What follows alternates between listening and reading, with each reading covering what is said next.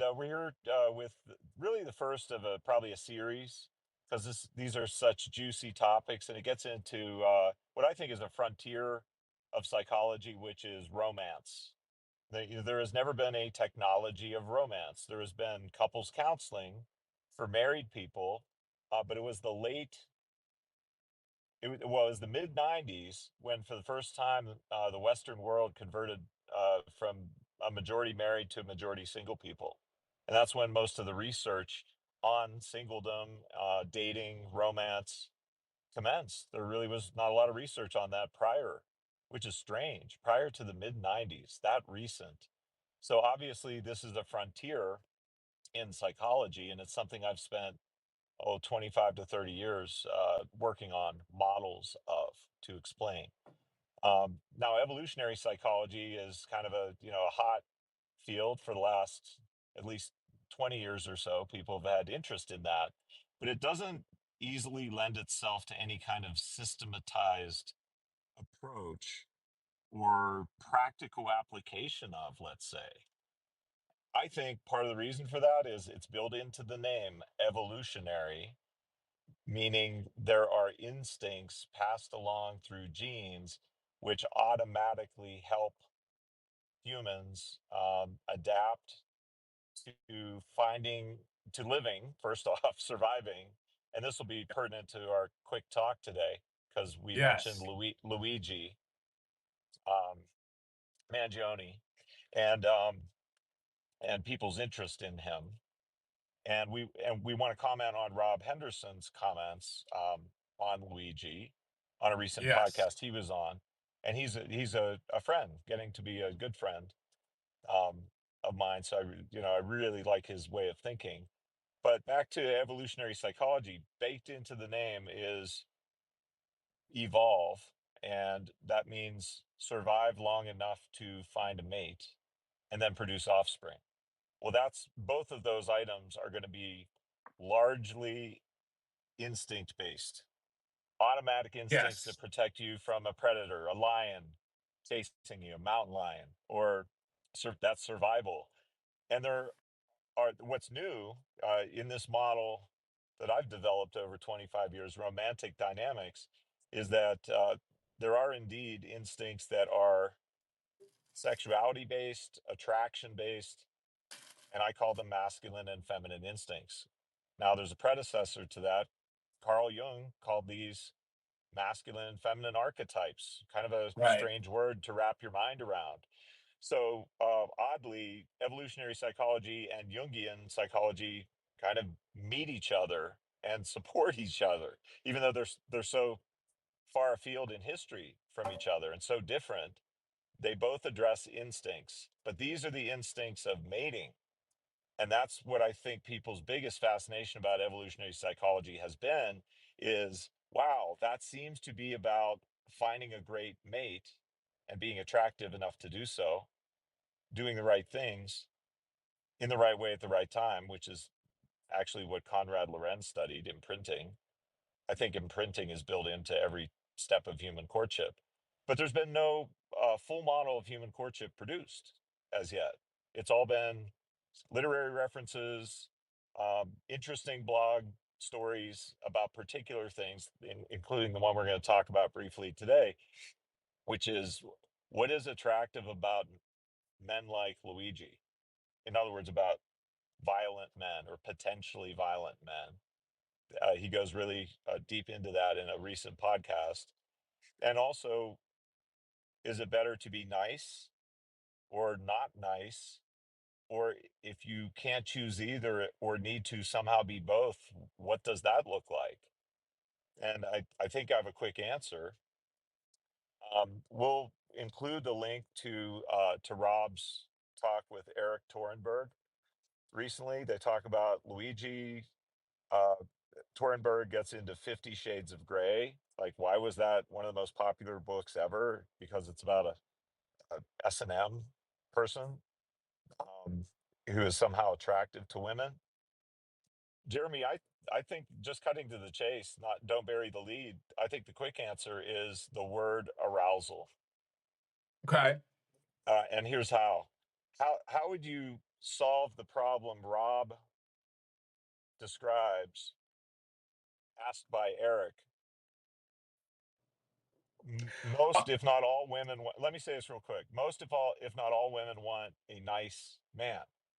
And yet, just being too nice can be not that attractive, or at least having a fiery nature to you, possibly violent, can somehow be attractive to some women in some circumstances, like 50 Shades of Grey, Luigi Mangione, fan mail sent to him, or Tony Soprano is the example that Rob uses.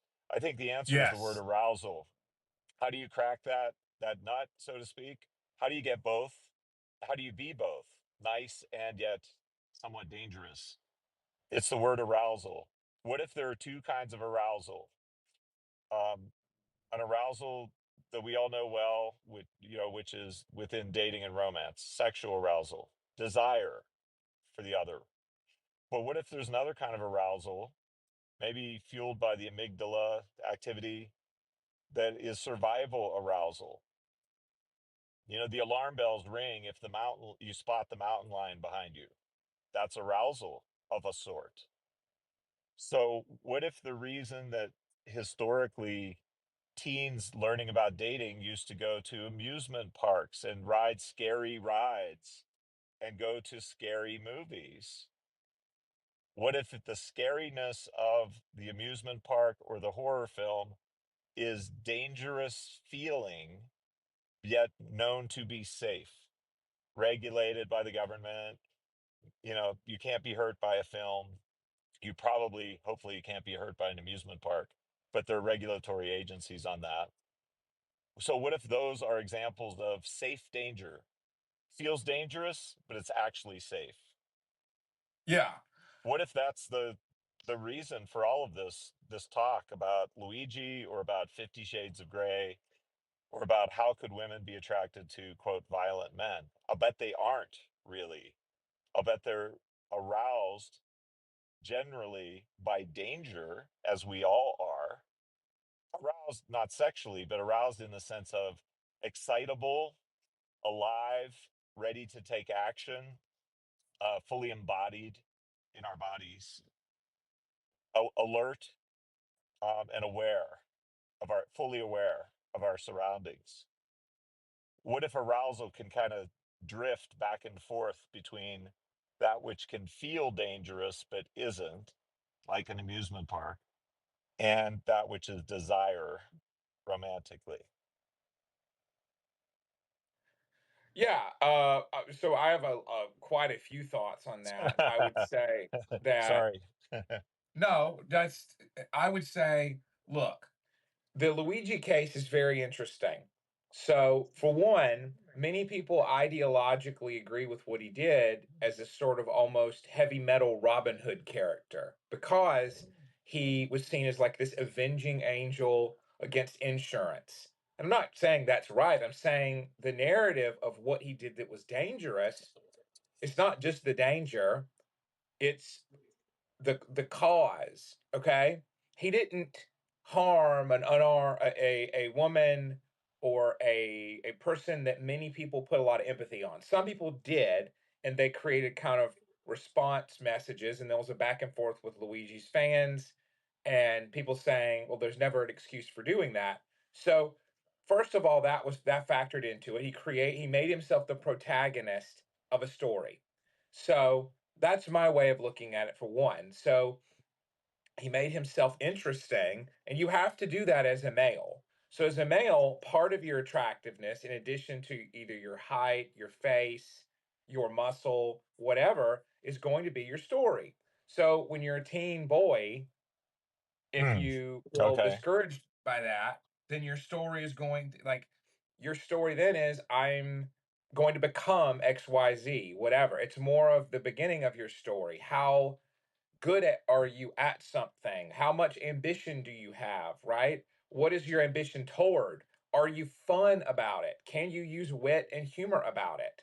And I mean, if you look at the Spider-Man character, who we can summon for people who feel like, oh, this is very red pill. Like, or black pill material, where rather is what I mean, that's very negative, like you have to be dangerous. Well, if you look at Spider-Man, he was very quick-witted, he was entertaining, he was a defender, he was a kind of a goody two-shoes. But if you look at the energy he brought to it, it was very masculine. It was very Yes. funny. He mocked the danger that he was in and the villains attacking him. And so showing Okay. the joie de He's kind vivre. of a hero or anti-hero, like you said, Robin Hood. Okay, so I Yeah, I want to try did. to fit that into this concept. I think Okay. it's definitely a valid concept that there are two kinds of arousal: danger arousal and sexual desire, romantic arousal, and that Right. maybe people can feel them both the same in the same parts of the brain, right? Even though they're from different sources. So Right. if Luigi's a Robin Hood in somebody's fantasy world, then maybe that makes him safe to be an object of fantasy. The fact that he is a Robin Hood rather than It's a just parasocial relationship. a Yeah. pure villain. Or Yeah. same with Sopranos, Tony Soprano, and actually it unifies all this. The same with 50 Shades of Grey, because why? 50 Shades of Grey is just a book and just a movie, and you're not going to be hurt by the book or by the movie. So it's safe danger. The danger Yeah. arousal is sexy, right? Sure. Why Yes. Dateline? Why is Dateline so incredibly popular with female audiences more than male? Dateline. It's murder shows. Right. SNL even, makes a skit about you're watching your murder shows again. They call them murder shows. Um, Right. I think it's safe danger. And you know what's ironic? And then I'll shut up. You know that this romantic dynamics model is based on the triune brain model, right, of the Right. early evolutionary psychologists. So reptilian brain, mammalian brain, and higher brain. Ironically, what really got me going on what Rob was talking about in his article was that they started with Luigi, which is reptilian brained because it's Sure. arousal and desire based. But then Rob's article about how to choose a mate actually, Yep. I think, gets into mammalian and higher brain. And the one thing I would disagree with Rob on, and I agree with like everything else he says, he's just amazing person, is when choosing between birds of a feather flock together in choosing a mate, like having commonalities. So do you have Yeah. commonalities in choosing a mate, and that's what gets you a great mate? Or is Right. it opposites attract, like in the movie When Harry Met Sally? Well, guess Right. what? I disagree, even though he cited research showing more people choose people with common interests than people who are different from them. Okay. There's a nuance to it. The personality is more in the mammalian brain. The Okay. commonalities are more in the higher brain because they're totally conscious and logical based. And so both are true. Birds of a feather flock together and opposites attract. And here's how. And then I'll shut up. Opposites attract by attracting an opposite personality style to your own, Okay. yet someone with the same interests. Right. Opposite personality style, but common, similar interests. Meaning same goals in life, same tastes and preferences, maybe same religion, spirituality, same leisure time activities. You want the same number of kids. You have similar IQs. You're both curious people. You like the same music. All of those things are commonalities, and that is true, but it's not enough to find the perfect mate for you. That's going to be opposites attract in personality style. It's almost like structure versus content or form versus content. Form is personality style, content is what do we have in common? It's both. Right. That's the answer to finding a great mate. Then, if you combined all three, how to be attractive means how to be fully alive, as charismatic as you can be, which means you're being as masculine or feminine as you can be Right. by being charismatic, full of life energy. Freud called it libido. Beyond Right. that, You need to find somebody of opposite personality style and very similar interests. Well, so he says that there's like only a modest correlation in the big five personality traits. So I think that goes to your point of it's not they're not correlated perfectly, a good couple necessarily with on neuroticism or agreeableness, extroversion, conscientiousness, openness, whatever. So I get what you're saying. I think you have what you're talking about is gender polarity, and a lot of people have begun speaking about that of the more masculine one partner is, the more feminine the other can be, and vice versa. So I know you talk about the instincts there and how those intertwine like interlocking puzzle pieces. I think one of our listeners put a good point that Luigi is a mystery. He doesn't a lot of his personal life isn't out there. Right. So that goes to that parasocial personality element of Mysteriousness is dangerous to women, and okay. maybe to men too, to some degree. But that which is mysterious is dangerous. Well, right. So, I mean, ambiguity is interesting. I think people got angry at certain movies because they revealed the villain's backstory. It's very similar to that. Like, don't over explain. So, I think Right. for actionable advice for men, Yeah. Spoiler alert. Don't do spoilers. Right. sure. I Don't mean, take away the drama for us. okay. Yeah.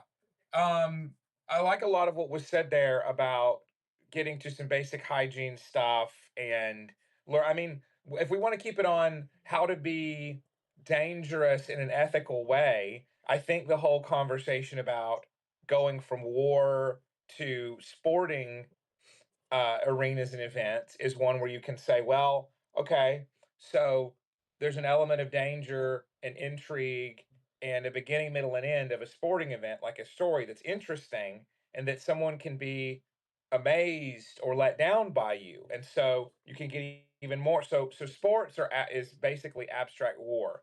And if you want to take it more abstract on the meter, you could say, well, anything with a contest at all is a form of competition or war by any other means. So if you're not the best at sports that are team based, maybe you're tall and could be good at swimming.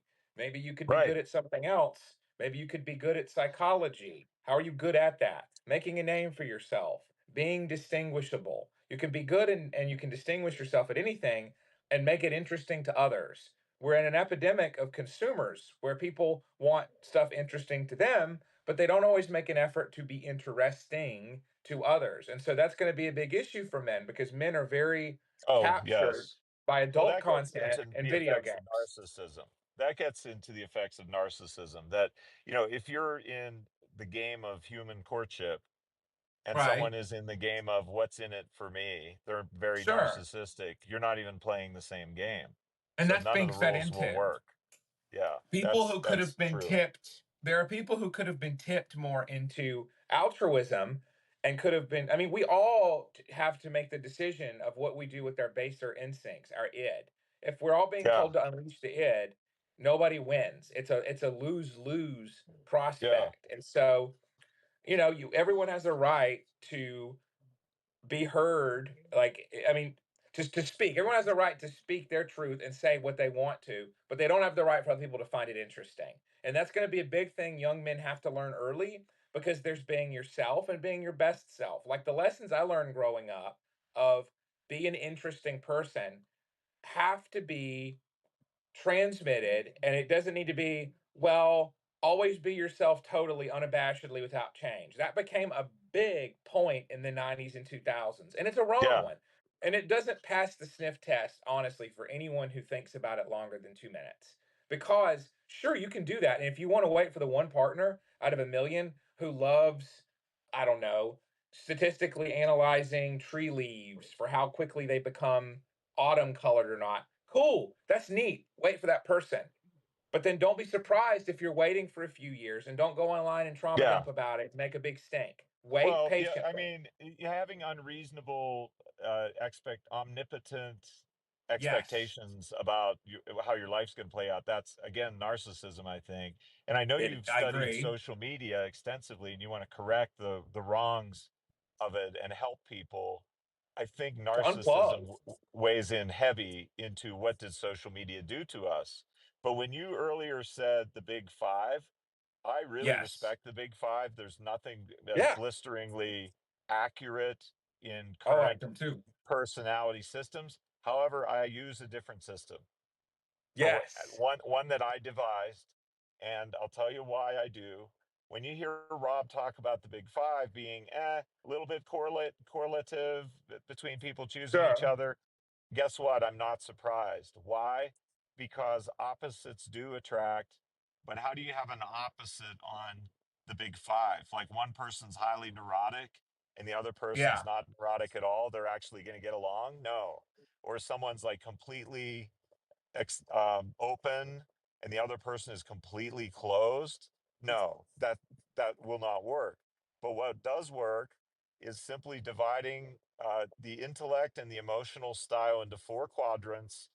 The two styles of intellect are heavily left brain person, analytical person, like an accountant, and heavily right brain person, like a surfer or an artist.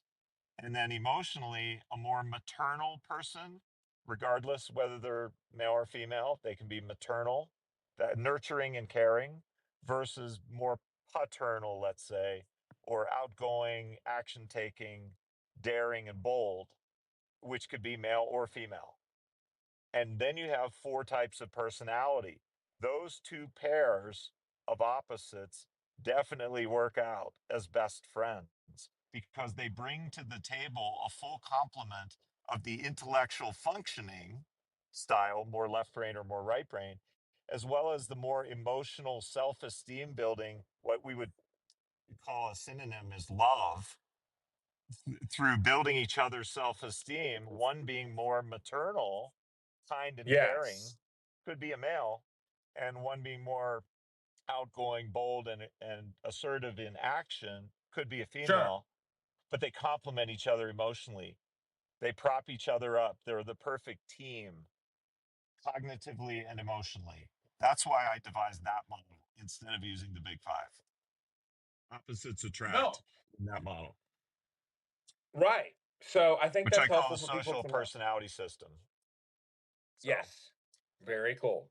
because it's about being All right. social. Right. Yeah. I mean, but then they have to be appreciative of the opposites, though, because what often happens is you get the partner who likes to plan ahead, kind of rolling their eyes at the impetuous, more impulsive one, and vice versa. Like, we don't have to play. Like, Along Came Polly comes to mind. Like the Oh whole, yeah. Oh, that's a um, great example. Or Serendipity with John Cusack and yes, Kate Beckinsale is a good example. Like opposites coming together and it works out. Along Came Polly, he's completely obsessive. Ben Stiller. Well, right, listen, I think we could analyze movies using this. We could yes, go deeper into Rob's ideas and his second article, the one about choosing a mate. I think it's very yeah. fascinating. Well, I I'd know like I've to talk talked a more about lot. the difference between what expectations were for how to meet a partner in the pickup artist days versus the days now, because I think your system is great, the opposites attracting in personality, the similarities in content, but then what changed with behavior on the sociology level, which, because that's governing a lot of punishment or reward now. Yep. All right, so we can hit Yes. on that because that's Yeah, I want to get into we that. will. I think there also I want to tap your brain about the social media aspects that Rob mentions that we've shifted from in person to apps to app Oh yeah. fatigue. And I'll bet you we're going to shift back to in person again and abandon apps to some degree, maybe a large There degree. is a shift thing. Yeah. All There right. you Well, this go. is great. I'm really excited. Thank you, Jeremy. We'll do a part You two, got it. three, and who knows how many. All right. Absolutely. Thanks. Best wishes.